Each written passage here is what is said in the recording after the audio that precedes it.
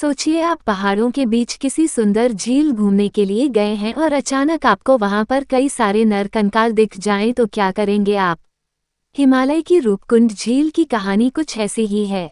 साल 1942 में यहां पर ब्रिटिश के फॉरेस्ट गार्ड को सैकड़ों नर कंकाल मिले थे।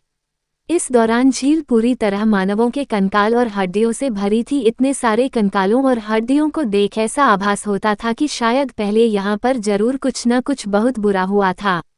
शुरुआत में इसे देख कई लोगों ने ये कयास लगाया कि हो न हो ये सभी नर कंकाल जापानी सैनिकों के होंगे, जो द्वितीय विश्व युद्ध के दौरान भारत में ब्रिटेन पर आक्रमण करने के लिए हिमालय के रास्ते घुसते वक्त मर गए होंगे। उस वक्त जापानी आक्रमण के भय से ब्रिटिश सरकार ने फौरन इन नर कंकालों की जांच के लिए एक वैज्ञानिकों की टीम को बुलाया।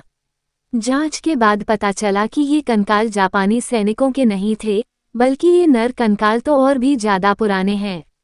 इसके बाद समय समय पर इन कंकालों का परीक्षण होता रहा। इन परीक्षणों के आधार पर वैज्ञानिकों के मत अलग अलग सामने निकल कर आए। कई वैज्ञानिकों का कहना है कि वर्षों पहले यहाँ पर कई लोगों की मृत्यु हिमस्खलन के चलते हुई, तो दूसरे वैज्ञानिकों का कहना है कि इन लोगों की मौत किसी महामारी के कारण हुई। रूपकुंड झील में नर कंकाल क्यों है और कैसे हैं, इस पर वैज्ञानिकों का मत एक समान नहीं है। हालांकि 2004 में हुए एक अध्ययन ने रूपकुंड झील से जुड़े कई चौंकाने वाले खुलासे किए।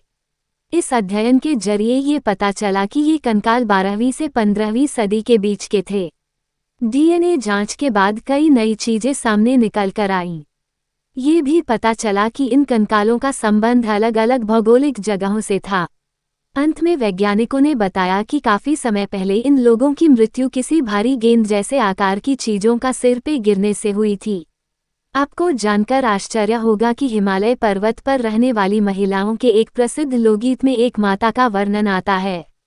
लोकगीत के मुताबिक ये देवी माता बाहर से आए लोगों पर गुस्सा करती थीं, जो यहाँ आकर पहाड़ की सुंदरता में खलल डालते थे।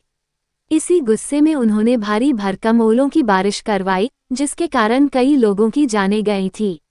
गौरतलब बात है कि 2004 में हुए रिसर्च में यही बात सामने निकल कर आई थी कि अचानक हुई भयंकर ओलावृष्टि से इन लोगों की जानें गई होंगी। वहीं आज भी इस रूपकुंड झील के कई रहस्य झील के भीतर ही दफन हैं। झील में प्रवेश करने पर सख्त प्रतिबंध है। लोगों का कहना है कि यहाँ पर अक्सर कई सारी रहस्यमय घटनाएं होती हैं। दोस्तों, वीडियो अच्छी लगी तो वीडियो को लाइक और चैनल को सब्सक्राइब करना ना भूले।